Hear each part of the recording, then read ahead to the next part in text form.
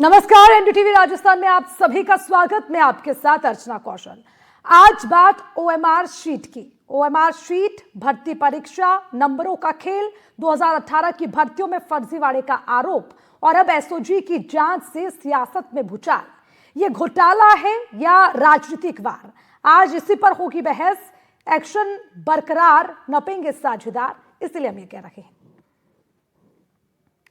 तो आज सवाल सिर्फ ओएमआर शीट का नहीं, बल्कि आज सवाल सिस्टम की साख का है। 2018 की भर्तियां, ओएमआर की में छेड़छाड़ के आरोप, माइनिंग्स में फेल अभ्यर्थी और अचानक से चमत्कारी तरीके से टॉपर बन जाना। आज एसओजी की जांच में पुराने जख्म कुरेदे गए, तो वहीं सियासत में नई आग भड़क गई। बीजेपी कह रही है कि कांग्रेस शासन में भर्ती घोटालों का संगठित खेल हुआ और कांग्रेस पलटवार करके ये कह रही है कि ये जांच नहीं, राजनीतिक बदले की कार्रवाई है। उधर हनुमान बेनीवाल पूछ रहे हैं कि सीबीआई जांच का वादा कहां गया। सचिन पायलट सवाल उठा रहे हैं, जांच सिर्फ पिछली सरकार की ही क्यों? मौजूदा सरकार की नाक के नीचे हो रहे खुलासों का क्या होगा?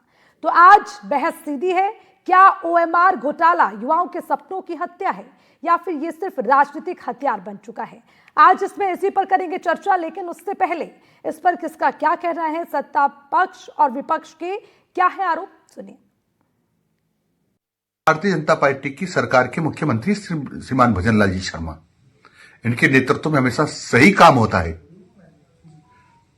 पर आपको बताऊं, आप अब जेल के बाहर नहीं रहने वाले, क्योंकि 2018 की भर्ती में जो आपने गड़बड़ किया था ना, और जिसका रिजल्ट आपने कभी 2020-2021 में जारी किया, ओएमआर शीट में किस प्रकार से गड़बड़ किया था आपने, आप सब जानते हैं।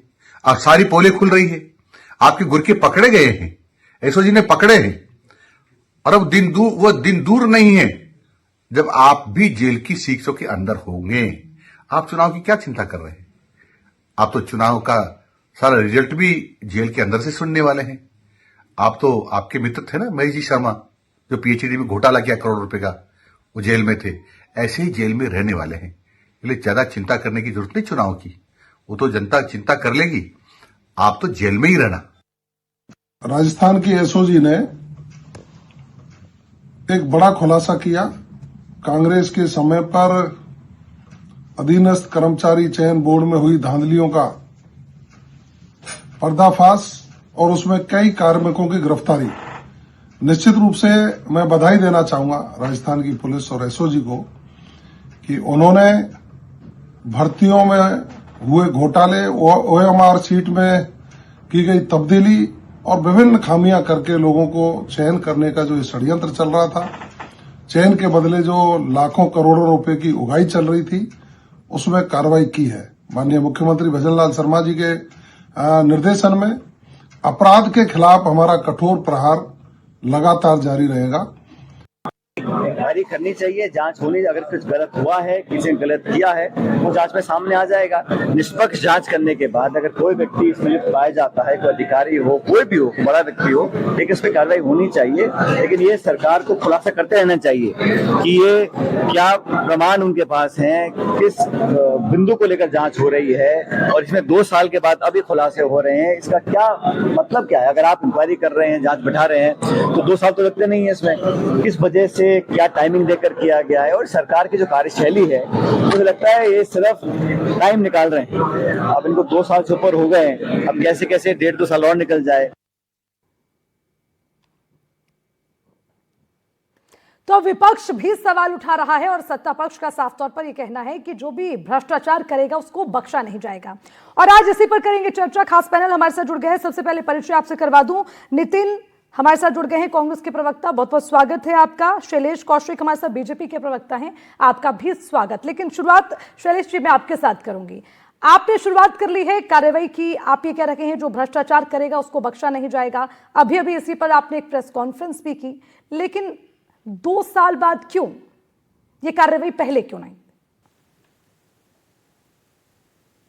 देखिए अर्चना जी, जिस तरीके से इस जो प्रकरण की जब कांग्रेस के सरकार के समय इसको दबा दिया गया, तमाम खुलने के बावजूद भी परत पर परत, अब बात 2 साल की नहीं है। 28 जनवरी को जब जिस तरीके से 2025 में एसओजी ने इसमें केस दर्ज किया और उस केस दर्ज होने के बाद लगातार अपना अनुसंधान किया, इसकी लगातार परत दर परत कड़ी जोड़ी, और उसके बाद जिस तरीके से खुलासे में तमाम तरीके के आरोपी, खासकर राजस्थान कर्मचारी चयन बोर्ड के जो जिम्मेदार लोग जिस तरीके से इसमें शामिल हुए, जो पूर्ववर्ती सरकार के समय गठित कमेटी में उस जांच कमेटी के सदस्य थे, सबसे बड़ी बात है, तो उन सब कड़ियों को जोड़कर एसओजी ने पूरी तरीके से इसका खुलासा किया है कि किस तरीके से राजस्थान कर्मचारी चयन बोर्ड के जिम्मेदार लोगों ने अपने आला कमानों के कहने पर, अपने उस समय के तत्कालीन किन लोगों के कहने पर और उस फर्म के साथ मिलकर राजस्थान के युवाओं को छला और किस तरीके से जिनके माइनस में नंबर थे उनको टॉपर बना दिया।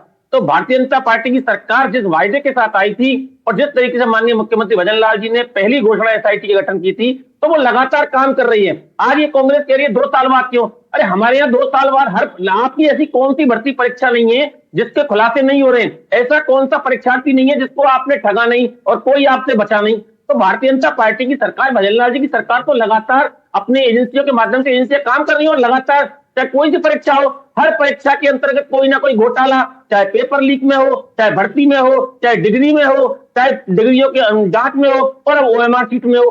तो पता नहीं तो गहलोत सरकार के समय तो नए नए तरीके निकाले किस तरीके से युवाओं के साथ छल किया जाए और राजस्थान के युवाओं के सुनहरे भविष्य के साथ खिलवाड़ किया जाए। माननीय भजन लाल जी की सरकार सचिन पायलट कह रहे हैं कि छल तो आप कर रखे हैं, सरकार सिर्फ टाइम पास कर रखी है, उनके पास कुछ करने के लिए बाकी बचा नहीं। अगर वाकई में इंक्वायरी करनी थी और आपको जांच इस पर बिठानी थी तो इससे पहले क्यों नहीं? क्या इससे पहले इस बात का अंदेशा नहीं था? देखिए अर्चना जी, सचिन पायलट हो या कांग्रेस के नेता हो, आज इनके पास जिस तरीके से इनके सरकार की, इनके कार्यकाल की जिस तरीके से कलई खुल रही है, इनके पास कहने को कुछ नहीं है। आज सचिन पायलट ने ये क्यों नहीं बताया कि जिस सरकार में वो उप मुख्यमंत्री और पीसीसी अध्यक्ष थे और 5 साल सरकार, उस समय तो वो पीसीसी के अध्यक्ष भी थे, डिप्टी सीएम भी थे 2019 में जब ये खुलासा यूपी में खुला था, 5 साल उनकी सरकार ने क्यों दबाए रखा? हमारी सरकार की तमाम एजेंसियां तमाम भर्ती परीक्षा पर 19 भर्ती परीक्षा जो लीक हुई थी, हर भर्ती परीक्षा को रद्द भी किया है, हर भर्ती परीक्षा पर जांच हुई है, जांच के बाद परिणाम भी आए और दोषी लोग गिरफ्तार भी हुए। सचिन पायलट ये क्यों नहीं कह रहे थे भारतीय जनता पार्टी को धन्यवाद देता हूं जिसने 300 से अधिक परीक्षा करा दी और एक परीक्षा लीक नहीं कराई। भारतीय जनता पार्टी को धन्यवाद देता हूं कि हम 5 साल में जितना रोजगार नहीं दे पाए उन्होंने 2 साल में भजन लाल जी की सरकार ने दे दिया। वो ये क्यों नहीं कहते कि हमारी सरकार के समय जिस तरीके से नेट बंद होता था, आज तमाम परीक्षाएं कल परसों हुई हैं, एक परीक्षा के अंदर नेट बंद नहीं होता, तो तमाम तरीके के सुविधाओं के साथ और एक पेपर लीक ना होकर बिल्कुल निर्बाध रूप से परीक्षा कराना और पुराने परीक्षाओं में गड़बड़ियों को गिरफ्तार करना ही भजन लाल सरकार की सबसे बड़ी उपलब्धि है और युवाओं से जो वादा किया आपको पूरा कर रही है सरकार। नितिन जी हमारे साथ हैं। नितिन जी, सवाल उठ रहे हैं आपके शासनकाल पर भी, आपके लिए हुए फैसलों पर भी। ये 2018 की जो भर्ती उसमें क्या खेल कर दिया आपने? ना आपने चेक किया कि आप किस कंपनी को जिम्मेदारी दे रखे हैं, ब्लैक लिस्टेड कंपनी को आपने क्यों, मतलब क्यों? और कोई कंपनी नहीं मिली, और अगर मिल भी गई तो कम से कम जांच तो कर लेते।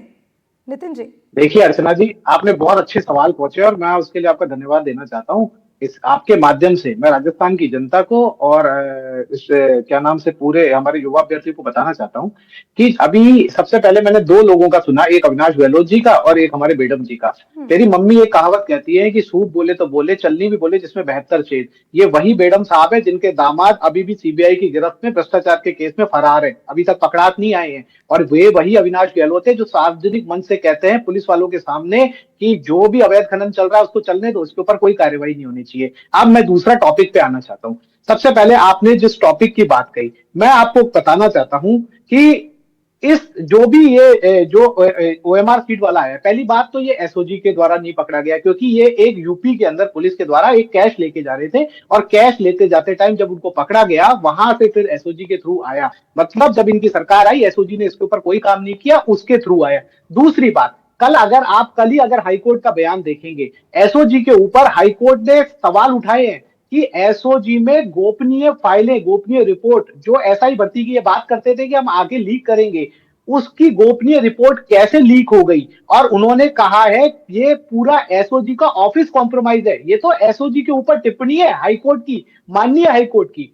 दूसरी बात मैं ये बताना चाहता हूं कि ये तमाम बातें किया करते थे कि जब हम भर्ती आएंगे सीबीआई जांच देंगे, आरपीएससी भंग कर देंगे, इसको भंग कर देंगे। आपने कहा कि ये क्या इनकी मंशा है या सियासत है, तो मैं इसके लिए बताना चाहता हूं। सबसे पहले आप एसआई भर्ती का उठा के देखिए ना, तमाम बातें कही, उसके अंदर पूर्व चेयरमैन से तो पूछताछ तक भी नहीं हुई है। आप बड़े बड़े लोगों का जो ये नाम लेते थे वो तो अलग की बात है, उनमें से किसी से पूछताछ नहीं हुई। रायका के बेटे बेटी जब जमानत के लिए पहुंचे सुप्रीम कोर्ट में, यह सरकार विरोध नहीं करती है, ये सरकार उनको जमानत ले लेने देती है। तो आज भी हम कह रहे हैं कि अगर बीएल जाटावत जी का आया है, आपने क्या उनके ऊपर एफआईआर करी? क्या उनसे कोई पूछताछ की? क्या और जो चेयरमैन है उनसे कोई पूछताछ की? क्या आपने कुछ किया? आप मुझे बताइए, इसके अंदर आप चेयरमैन तक जिसका अच्छा नाम है नितिन जी, उस तक ये आप बड़ा पूछताछ नहीं कर रहे। ये सुनिए, मुझे लगता है कि एक कांग्रेस मिनट, का एक मिनट, ये तकिया एक कलाम मिनट, है। चाहे वो चुनाव आयोग हो या वो एसआईआर का मुद्दा हो, जो भी जांच करें आप उनको कटघरे में खड़ा कर दो। अब आप एसओजी जांच करें तो उस पर भी सवाल उठा रहे ये हैं। हाईकोर्ट लेकिन की नितिन टिप्पणी है, जी, मैं आपको आप ये उत्तर दूंगा। बताइए ये 2018 हाईकोर्ट की भर्ती मैं परीक्षा कह रहा में हूं, छेड़छाड़ हुई या नहीं हुई, घोटाला अरे आप हुआ सुनिए तो सही। या नहीं हुआ? जिस हम मैं कंपनी ये का कह रहा जिक्र हूं, कर रहे हैं उस कंपनी को ब्लैकलिस्ट कर दिया गया था यूपी में या नहीं किया गया था? अब मैं आपको वो उसके भी बाद बताना उसको चाहता आपने हूं। टेंडर कैसे दिया? मुझे इन बहुत सवालों अच्छी के बात, जवाब दीजिए बहुत- नितिन जी। नहीं बिल्कुल बहुत अच्छी बात कही। हाँ। सबसे पहले तो जो बीएल जाटावत जी जिनका नाम उल्लेख किया है, वो वसुंधरा सरकार में 24 फरवरी 2018 को उनकी नियुक्ति की जाती है। जब ये चीज सामने आती है तो 21 जनवरी 2021 को हमारी सरकार उनसे इस्तीफा लेती है। दूसरी बात, आपने जिस कंपनी का उठाया है, उस कंपनी को भी बीजेपी की सरकार के अंदर ही दिया गया था, जो टेंडर दिया गया था। आपको ये भी उसको देखना चाहिए। मैं इसीलिए आपसे पूछ रहा हूं। और ये अभी जो दावा कर रहे थे शैलेश जी कि पेपर लीक नहीं हुए, 2024 से अलवर में NCC C grade, Shekhawati university का, भरतपुर जोधपुर में नीट का, नेशनल फीड कॉर्पोरेशन का, आईयूएचएस का, केतेश्वर महाविद्यालय में सेकंड ग्रेड का। नितिन जी, और राघव आज लिमिटेड कंपनी की बात करें हम, वहीं से खुला वहीं से छेड़छाड़ हुई ना? आप ये बताइए, आपको उसके ब्लैक लिस्टेड होने की जानकारी थी या नहीं थी?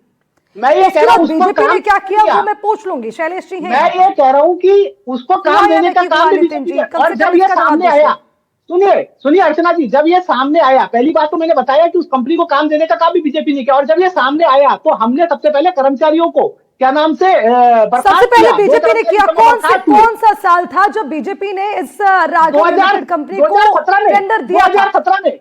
अरे आप सिलसिलेवार बात कीजिए ना नितिन जी, हवा हवाई तीर मत लगाइए प्लीज।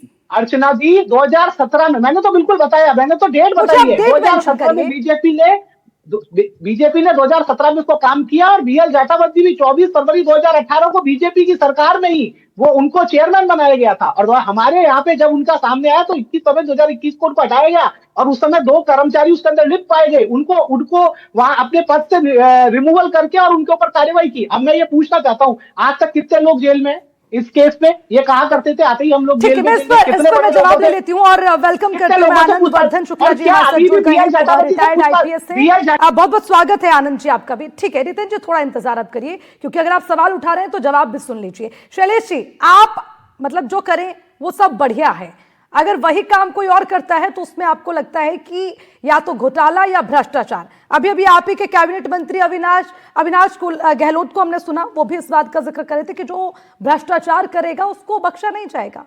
लेकिन अब आप पर आरोप लग रहे हैं, जिस कंपनी की, जिस घोटाले की, जिस छेड़छाड़ का आप जिक्र कर रहे हैं, उसकी जो कहानी है वो तो आप ही के द्वारा लिखी जा रही थी 2017 में।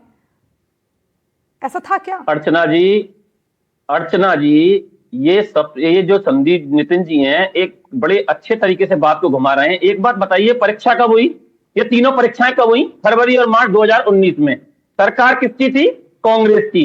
परीक्षाओं के परिणाम कब जारी हुए? कांग्रेस की सरकार के समय। परीक्षाओं के समय जो ओएमआर सीट का घोटाला हुआ, ये जिस कह रहे थे कि यूपीएससीएफ ने पकड़ा था, उसके बाद जब यूपीएससीएफ ने कर्मचारी चयन बोर्ड को इसकी सूचना दी कि इसी तरीके से आपकी परीक्षा लीक के इतने पैसे, इतने अभ्यर्थियों के डाउनलोड पेपर और ओएमआर सीट हमें बरामद हुई है, उसके बाद कांग्रेस की सरकार ने जो समिति बनाई, एक एफआईआर दर्ज नहीं की यूपीएससीएफ के, उसके बावजूद केवल समिति बनाई। और उस समिति में उन 2 लोगों को, जिनको संजय माथुर और प्रदीप उनको गिरफ्तार, जिनके ऊपर आरोप थे, उनको ही सदस्य बनाया जांच कमेटी का।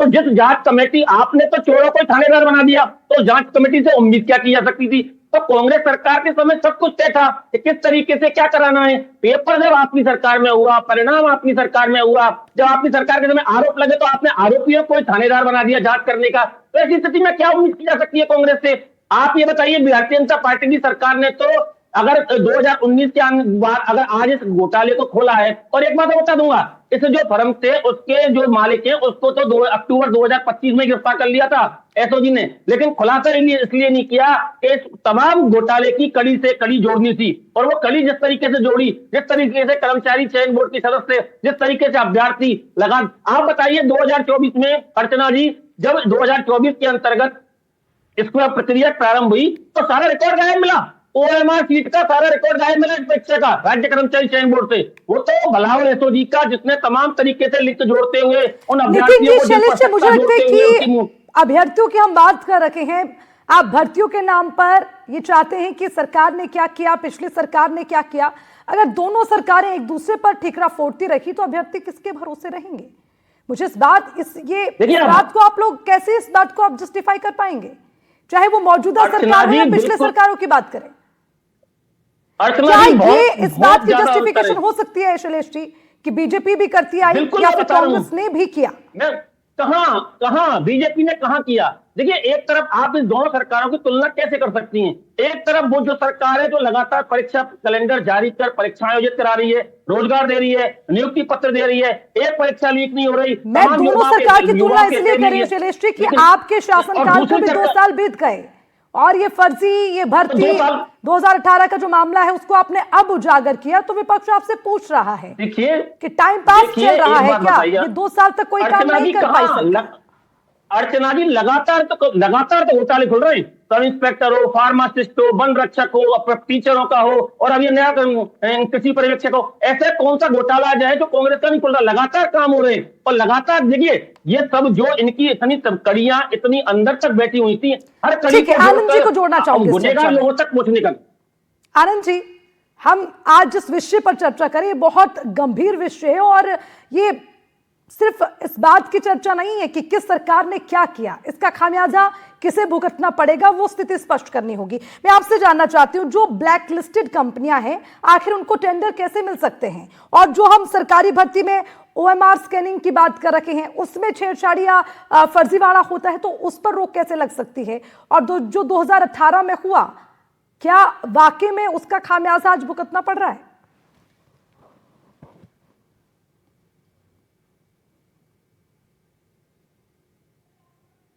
आनंद जी, आपसे मेरा सवाल था। अच्छा, मेरे से पूछ रहे हैं आप जी। देखिए, जो कंपनियां ब्लैक लिस्टेड हुई उनको अगर कोई दोबारा काम दिया गया या दोबारा उनको इस कॉन्फिडेंस में लिया गया तो इससे बड़ी कोई गलत बात हो नहीं सकती है। चाहे वो कांग्रेस की सरकार रही हो या बीजेपी की सरकार की पॉलिटिकल बातों में आप छोड़ दीजिए। अगर किसी कंपनी के खिलाफ कोई शिकायत हुई है और वो भी किसी पब्लिक सर्विस कमीशन के एग्जाम से रिलेटेड, तो उसको दोबारा काम किसी हालत में नहीं मिलना चाहिए था। एसओजी ने भी इसको बताया, कोर्ट में भी इसको सबमिट किया, रिपोर्ट में भी ये चीज आई है। तो जो चीज एक बार तय हो गई, जो मालूम हो गई कि ये आदमी इन्वॉल्व है, ये कंपनी इन्वॉल्व है, उसी को दोबारा काम दिया जाना एक क्रिमिनल एक्ट है। कोई भी पार्टी हो, मैं पार्टी के लेवल से ऊपर उठ के बात कर रहा हूं। अनेक बार इंक्वायरी रिपोर्ट आई, अनेक बार एसएचओ की रिपोर्ट गई, अनेक बार कोर्ट ने फैसले किए कि ये नहीं करना चाहिए।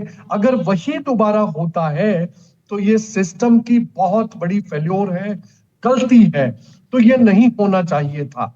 और एक बार जब निर्णय किया कि भाई इस परीक्षा को निरस्त किया जाए, फिर हम अपील में गए क्योंकि हमें कई सारी चिंताएं हैं, कई सारी बातें हैं। एक बार आपने कहा, एक इंक्वायरी कमेटी बनाई, उसके बाद आपने स्पेशल ऑपरेशन ग्रुप के हेड को कहा। इन सबके रिपोर्ट के बाद अभी भी हम बैक टू स्क्वायर वन पे हैं। ऐसा क्यों? बार बार मैं समझता हूं कि इस चैनल पे ही हम 10 बार इसको डिस्कस कर चुके हैं कि आप पता नहीं लगा सकते कि इस परीक्षा में कौन जेन्युइन है, कौन डिफॉल्टर है, कौन चीटर है, नहीं पता लग सकता। ऐसा कोई यार्डस्टिक, ऐसा कोई लिटमस टेस्ट हो नहीं सकता। जब आपने 70, 80, 90, 100, 150 लोगों को देख लिया कि ये गलत तरीके से ये आरोप कैसे लग रखे हैं कि जो -6 अंक वालों जो अंकों वाली शीट थी उसको 259 कर दिया? क्या ये अंक दिला दिए गए? उसमें भी अगर मान लीजिए कि वो हुआ है, फर्जीवाड़ा हुआ है, तो आखिर इसकी जांच करने का और कोई तरीका नहीं है। एक ही तरीका है कि आप उसको निरस्त करिए।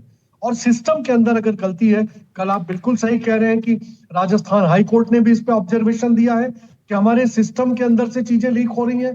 तो सिस्टम को सुधारना भी एसओजी की, हमारी ही होम डिपार्टमेंट की ही जिम्मेदारी है। तो उस पर भी मैं समझता हूं कार्रवाई होगी, निश्चित रूप से होगी। आप निश्चिंत रहिए और जांच करके पुलिस ये पता लगा लेगी कि कौन लोग इसमें इन्वॉल्व है। 100% पता लगा लेगी। लेकिन डिफॉल्टर्स को दोबारा काम दिया जाना ये बहुत ही शर्मनाक है। शैलेश जी, देखिए एक और बड़ा गंभीर आरोप है, एसओजी कार्यवाही राजनीतिक बदले की भावना से प्रेरित है। सरकार जांच एजेंसियों का दुरुपयोग कर रही है, बिना ठोस ऐसा सबूत लगता नहीं के कि राजनीति से प्रेरित है। राजनीतिक आरोपबाजी की जा रही है। ये सीधे तौर पर कांग्रेस के आरोप हैं आप पर। देखिए नहीं, कांग्रेस इस तरह तो का हर आरोप उस सही नहीं है। संवैधानिक संस्था पर किसी पर भी, चाहे वो अभी आपने खुद ने कहा था डिबेट की शुरुआत में, कि चाहे संवैधानिक संस्थाओं पर हो, चाहे न्यायालयों पर हो, चाहे जांच एजेंसियों पर हो, इस तरीके के आरोप लगाना कांग्रेस की एक ऊपर से नीचे तक की परंपरा है। बाकी एक बात लेकिन बताइए, आप किस पर तरीके का शैलेश जी आरोप राजनीति का क्यों आरोप लगते हैं कि बीजेपी सरकार जांच एजेंसीज को राजनीतिक हथियार बना रखी है? आप एक बात बताइए, अगर ये कांग्रेस के आरोप लगाने की बात छोड़िए, आप राजस्थान के युवा से पूछिए, आमजन से पूछिए, किस तरीके से पेपर लीक और पेपर भर्ती परीक्षाओं के घोटाले खुल रहे हैं। शर्मनाक स्थिति है कि कांग्रेस की सरकार के समय रोजगार की बजाय युवाओं को लूटा गया, परीक्षाओं के नाम पर लूटा गया, पेपरों के नाम पर लूटा गया, पेपर बिक्री के नाम पर लूटा गया और भर्ती उद्योग खोल दिया उनकी सरकार ने। तो आज भारतीय जनता पार्टी की सरकार, भजन लाल जी की सरकार तो उनको बेनकाब कर रही है। जो लोग इसमें शामिल थे, क्यों कांग्रेस के नेताओं को इतना डर है? अरे हम इनको कहना चाहिए बढ़िया, अच्छा खुल रहा है। आज इनके कांग्रेस की सरकार के काले कारनामे जब जनता के सामने आ रहे हैं तो क्यों इनको दिक्कत हो रही है? और काली मदन रावत जी ने कहा ही था कि डॉक्टर खड़ी चिंता मत करिए, नंबर सबका आएगा, क्योंकि जिस तरीके से पेपर लीक की, एक पेपर लीक नहीं, पेपर लीक, फर्जी डिग्री, ओएमआर, हर मतलब कोई तरीका ऐसा इनसे नहीं बचा जिसमें इन्होंने युवाओं को ठगने का काम नहीं किया, युवाओं के साथ छलावा नहीं किया। अब दिक्कत यह है कि इनको मालूम पड़ती है क्या ये खुल गया तो कहते हैं साहब ये राजनीतिक प्रतिशोध की भावना। अरे भाई, राजनीतिक प्रतिशोध कहां है? हम तो युवाओं के भविष्य की जो वायदा हमने किया उसको पूरा कर रहे हैं। हमने युवाओं से वायदा किया था, कोई बच नहीं पाएगा इसमें। जी, कार्रवाई होगी, कोई बचेगा नहीं, ये दावा सरकार भी कर रही है और बिल्कुल एसओजी निश्चित, बिल्कुल लगातार निश्चित। गिरफ्तारियां भी कर रही है। मैं नितिन जी से समझना चाहूंगी, नितिन जी, जो कार्रवाई हो रही है, जो गिरफ्तारियां हो रही हैं, उनको आप नहीं झुठला सकते। जो फर्जीवाड़ा हुआ, जो छेड़छाड़ हुई है, उस पर आप कैसे चादर गिराएंगे? देखिए, मैं आपको सामने बिल्कुल क्लियर कहता हूं कि आप बिल्कुल चादर मत गिराइए, लेकिन आप यानी जो आप एक्सेप्ट आप करते हैं ना नितिन जी सुनिए, कि छेड़छाड़ हुई है? अरे मेरी बात तो सुनिए। आप एक्सेप्ट तो करिए नितिन जी, अरे मैं एक्सेप्ट तो बताता हूं, करिए ना। आप अगर बिल्कुल आपके सुनिए, शासनकाल में कोई आप- कमी रखी तो उसको एक्सेप्ट करने से क्या गुनाह तो नहीं मैं है? ये कह रहा हूं, सुनिए, किसने आरएसएस चेयरमैन को हटाया? बीएल जाटावत को किसने हटवाया? उस समय कार्मिकों पे एफआईआर अरे किसने आप की? ये बताइए कि 283 लोगों की 2019 में गिरफ्तारी जब मालूम किसने पड़ गई थी, आपकी सरकार ने क्या कार्रवाई की? बीच में नहीं एक बोला। भर्ती परीक्षा देखिए, की पर आपकी सरकार ने क्या कार्रवाई की? इतना बता दीजिए आप। एक डिबेट की वो होती है, मैं इनके बीच में नहीं बोला हूं। देखिए, मैं ये कह रहा हूं कि आपने वादा किया था 1 साल में, आपने बोला कि आते ही हम एसआई भर्ती करेंगे। आज बताइए कितने नितिन लोग जी, एसआई भर्ती में आप जुड़े हैं? उनके वादों पर कितने- फोकस कर रहे हैं। अरे पहले अपने कितने शासनकाल में लोग- जो हुआ, अरे सुनिए तो सही, ये आज जस्टिफिकेशन कितने है लोग- आपकी जो कमियां रखी मैं हैं, कह रहा हूं, उसका कितने- बीजेपी क्या कर रही पेपर है, नहीं लीक कर में- रही है? अरे अगर मैं ये बीजेपी कह रहा नहीं कर रही है, अरे आप करिए ना, तब तो ना आपको मौका मिलेगा। अरे नितिन आप जी, सुनिए तो सही, आप हम लोग बीजेपी के तो- कामों पर ज्यादा फोकस करेंगे या अपना पक्ष भी रखेंगे? मेरा सवाल समझिए। देखिए, 2018 आप भर्ती बताइए। में जो छेड़छाड़ हुई, आप उसे एक्सेप्ट करते हैं? अगर हुई मैं तो ये उसको कह रहा दबाने हूं की कि कोशिश क्यों की गई? मैं कह रहा हूं 2018 भर्ती में अगर छेड़छाड़ हुई है, बिल्कुल हुई है। उसके अंदर चेयरमैन को इस्तीफा लिया गया, उसके अंदर कार्मिक गिरफ्तार हुए, उसके बाद में एसओजी ने क्या किया? कुछ नहीं किया। ठीक है नितिन जी, आप एक्सेप्ट करते हैं। आज एनडीटीवी पर आपने खुद एक्सेप्ट कर लिया छेड़छाड़ अरे आप हुई, सुनिए ना, तो फिर सुनिए आपकी तो सही। पार्टी के नेता इसको ये कहना क्यों ये कह रहे हैं कि सरासर गलत है कि एसओजी ने कुछ बीजेपी नहीं जांच किया। अरे आप एजेंसी को सुनिए। हथियार बना रही है पॉलिटिकल? सुनिए, इस तरह की सुनिए, बयानबाजी अरे, क्यों होनी चाहिए अरे नितिन अर्चना जी? जी सुनिए तो सही। मैं एसओजी को जो कॉम्प्रोमाइज ऑफिस है, ये किसने कहा है? हाईकोर्ट ने कहा है। आपको ये पढ़ना चाहिए, या हाईकोर्ट ने मैं डिक्लेयर पढ़कर किया। बैठी हूँ दूसरी नितिन जी। बात- देखिए, मेरा काम सुनिए, मुझे मत समझाइए, सुनिए, मैं सिर्फ आपसे ये सुनिए। कह रही हूँ कि आप जो आरोप मैं ये लगा कह रहा रही हैं, हूं- ये दोहरा मापदंड नहीं चलेगा ना। एक अच्छा, तरफ आप इसमें कहते मुख्य हैं हुई आरोपी कौन है? छेड़छाड़, अरे दूसरी सुनिए तरफ तो सही। कार्रवाई भी तो होने दीजिए। अरे सुनिए तो सही, इसमें मुख्य आरोपी कौन है? बीएल जाटावत, इन्होंने कहा आलोक राज। आज ये बताइए, क्या दोनों से नोटिस भी जारी हुए पूछताछ होने के लिए? क्या दोनों पे एफआईआर भी हुई है? आप अगर न्याय दिलाना चाहती हैं तो आप कतरी और करनी में अंतर देखेंगी कि नहीं देखेंगी? अगर किसी पे आरोप है तो एफआईआर होती है कि नहीं होती है? उससे पूछताछ होती है कि नहीं होती है? क्या वो हुई है? क्या एसआई भर्ती में एक भी आदमी आज जेल के अंदर है? ये कहा करते मैं बात बड़े-बड़े कर रही हूँ पत्रकार एसओजी की नितिन जी, आप बात कर अरे रहे हैं मैं दोनों एसआईआर की की, बात कर रहा तो हूं, मैं आपसे आप क्या सुनना ही चर्चा नहीं करूं? चाहती है। बताइए। आप- एसआईआर एक आपका विषय हो सिलेबस सकता है, बहुत- लेकिन अभी हम एसओजी पे मैं बात कह कर रहा हूं- रहे हैं।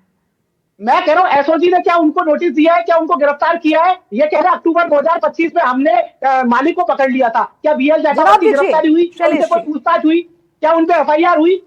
हम तो कह रहे हैं FIR करो, पकड़ो, अरे कम से कम प्रोसेस तो पूरी करो। नितिन जी आपके कहने से, ना आपके मना करने से भजनलाल जी की सरकार की कार्रवाई रुकेगी। आप बात कर रहे हो कितने लोग गिरफ्तार हैं, 428 से अधिक लोग। सुनिए ना, सुनिए, अब आप जवाब सुनिए, अब आप क्या बोल रहे हैं, सुनिए। 428 से अधिक लोगों को गिरफ्तार किया। जमानत मिलना, सुनिए, जमानत मिलना किसी की बेगुनाही का सबूत नहीं होता है।